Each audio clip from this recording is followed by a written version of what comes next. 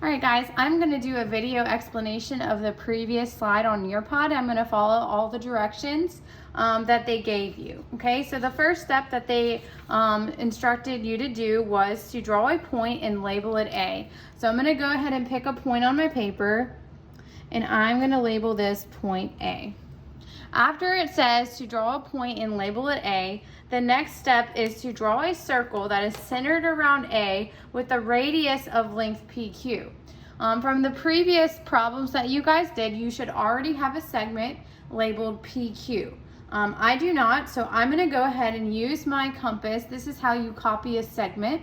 And I'm going to take the compass and I'm going to measure the distance from P to Q, and it looks like it is pretty exact already. I don't really even need to adjust my compass.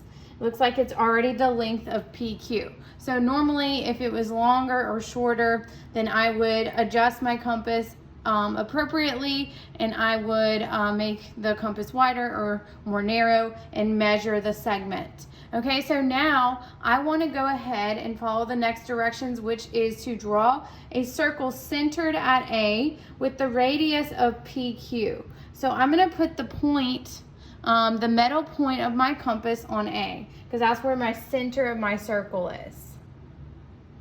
And then I'm going to draw a circle around A.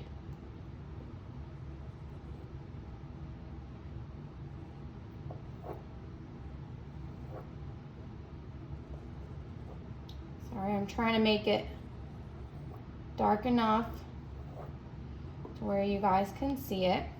All right, so now I have drawn my circle around A. And the next step that it tells me to take, after I draw the circle around A with the radius of length PQ, it says to mark a point on the circle and label this point B. So I'm going to go ahead and take a point on my circle. I'm going to take this point right here, and I'm going to label this point B.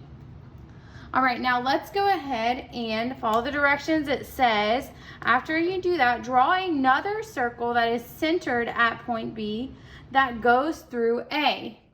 So I'm going to go ahead and take my compass, and I'm going to measure between A and B. And notice that it is the same as the length of PQ.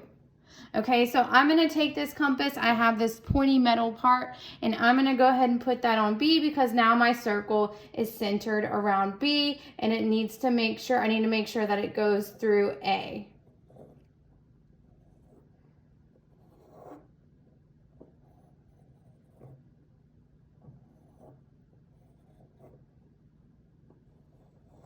Okay, it's just a little bit off because it doesn't go exactly through A, but it should go through right the center of A.